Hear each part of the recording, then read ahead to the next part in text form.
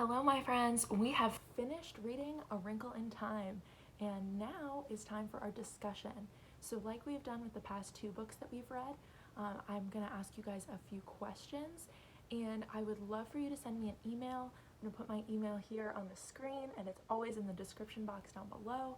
And I would love for you to send me an email with your answers to the questions or just your thoughts on the book. Alright, so I could talk about Madeleine L'Engle, who's the author of A Wrinkle in Time, forever. She's probably my favorite author of all time for kids or for grown-ups. I've read almost all of her books, so I'm going to ask you guys our questions about A Wrinkle in Time, then I'm going to talk to you a little bit about some of her other books. So my first question about this book for you is that this book is kind of hard to explain, right? If somebody was like, what's this book about?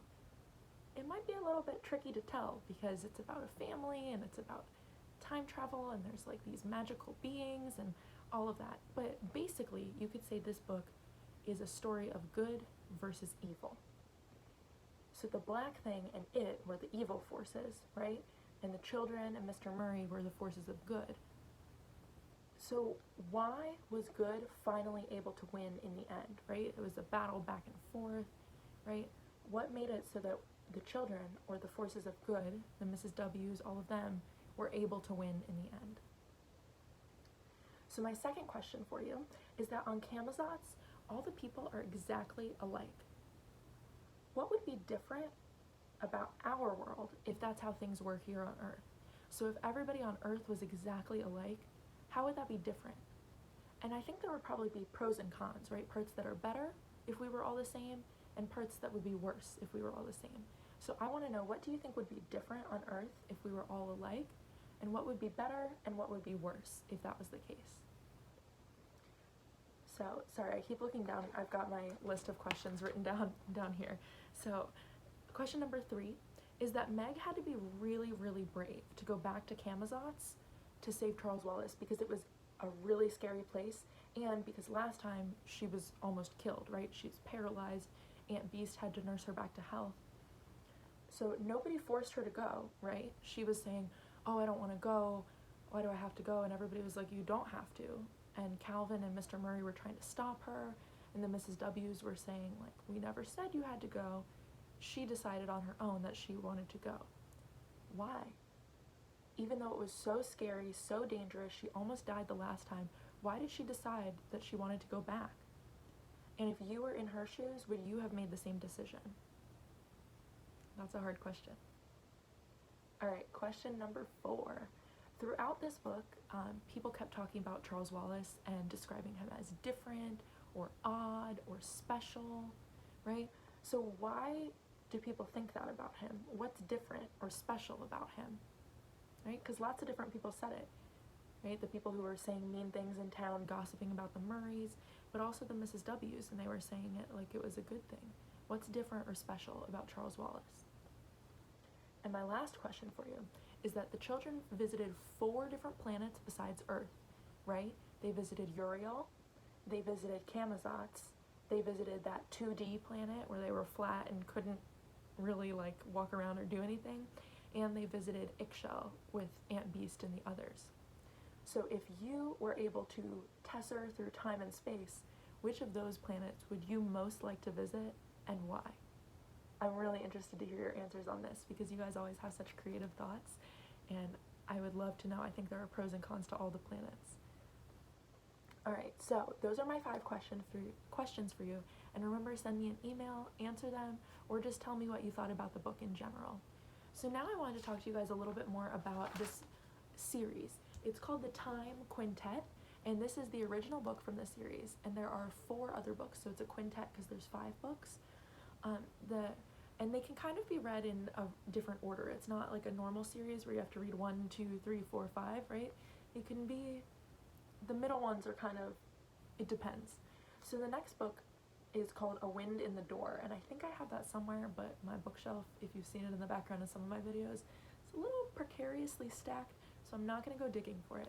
But in that book, it's a little more science-y, right? So this is a science fiction novel, but it's got some fantasy elements, right? Some magical powers, right? A Wind in the Door is a lot more science on the science fiction. they talk about cells and bodies and different things like that, and they shrink down and go into a cell. It's pretty cool. So A Wrinkle in Time focuses mostly on Mr. Murray, the father, and his research, right, into tessering and all of that. But A Wind in the Door focuses on Mrs. Murray's research, which is pretty cool. So that one's good. They're about the kids are about the same age. You also, in that book, get to learn more about the special bond between Meg and Charles Wallace, and you learn a little more. I asked you guys what makes Charles Wallace different or special. If you read A Wind in the Door, you'll learn a little more detail about why. Another book is called Many Waters, and this one is my least favorite out of the series. It's still good, but all the other ones I've read multiple times, and Many Waters I was fine after one time. That one focuses on the twins, Sandy and Dennis, and it's a little, I don't know, interesting. It's also a time travel story, but they go back to like thousands and thousands of years ago, and it's more based on some stories that are told in the Bible and in other traditions of storytelling. So that one's interesting, but if you had to skip one book, that's the book I would skip. So my absolute favorite book, here, I'm gonna grab it off my shelf. So my favorite book, favorite, like not just my favorite in this series, my favorite book ever, like ever, is A Swiftly Tilting Planet. So this one takes place after the children have grown up. Meg and Calvin end up getting married, which is, I think it's awesome.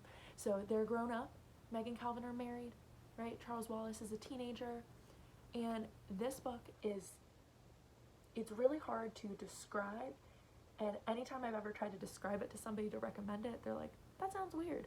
I'm like, yeah, it is kind of weird. But one of my favorite things about it is that it's not, you can't just say exactly what genre it is. So I would probably say, if I had to pick one, I would probably say science fiction. But it's like, takes from so many different genres. So it takes from fantasy, because one of the main characters is a flying unicorn. That's pretty cool. But he's a time-traveling flying unicorn. So, and the time travel kind of incorporates into the science fiction. But then also, since he time travels back in time, a lot, Charles Wallace and the unicorn travel together, and that's kind of the main story. And since he time travels, right, he's spending a lot of time in the past, so it's almost kind of a historical fiction in parts of it. But then there's also a subplot of a more adult genre of political thriller, because there's this evil man who's in charge of another country who's trying to take over the world. And it's like Charles Wallace's job to travel through time, make some changes, learn about the past, and learn about these other people, and work with this unicorn, and they end up making it so that this evil man doesn't take over the world. It's super cool. I love this book. I can't say enough good things about it. And the last book in the Time Quintet is called An Acceptable Time. And that one, I'm not sure exactly what year it was published, but it was published later on than the other 4 books. So for a long time, the books were called the Time Quartet. There were only 4, but then An Acceptable Time was released. So that one was written later. It's also set later. So Meg and Calvin, like I said, grow up and get married, and then they have children. And the main character of An Acceptable Time is one of their children. Her name is Polly, and she is spending the summer with Mr. and Mrs. Murray, Meg's parents, and learning about their research and being creative and doing stuff like that. That book I would recommend for when you get a little older. It's more of like a young adult novel and less of a book for kids. So it's still good, but I don't know, more about teenager stuff. So yes, but those are not the only books that Madeleine L'Engle has written. So in the front of most of her books, we've got this crazy looking family tree. So another thing that I absolutely love about her books is that most of her books, even if they're not, like, this is a series, right, 5 books, but even if they're not part of a series, even if they're not part of this series, most of her books interconnect in some way. So there's characters that might be like a side character in one book, and then they'll come up and be a main character in a different book. So you see how they all kind of like interweave and interconnect. And that family tree talks about, it goes all the way back in time of where Charles Wallace is going to go in this book. It goes all the way forward in time of what happens in An Acceptable Time. And then there's other books, if you're not as big into the fantasy science fiction type stuff, if you're just like, I don't need the other planets, I don't need the unicorns, it's like too much for me, right? she's got some other books that are more realistic fiction too, and those are about a family called the Austins. So I know I keep blabbering on, but really her books are so good. I really recommend her as an author in general.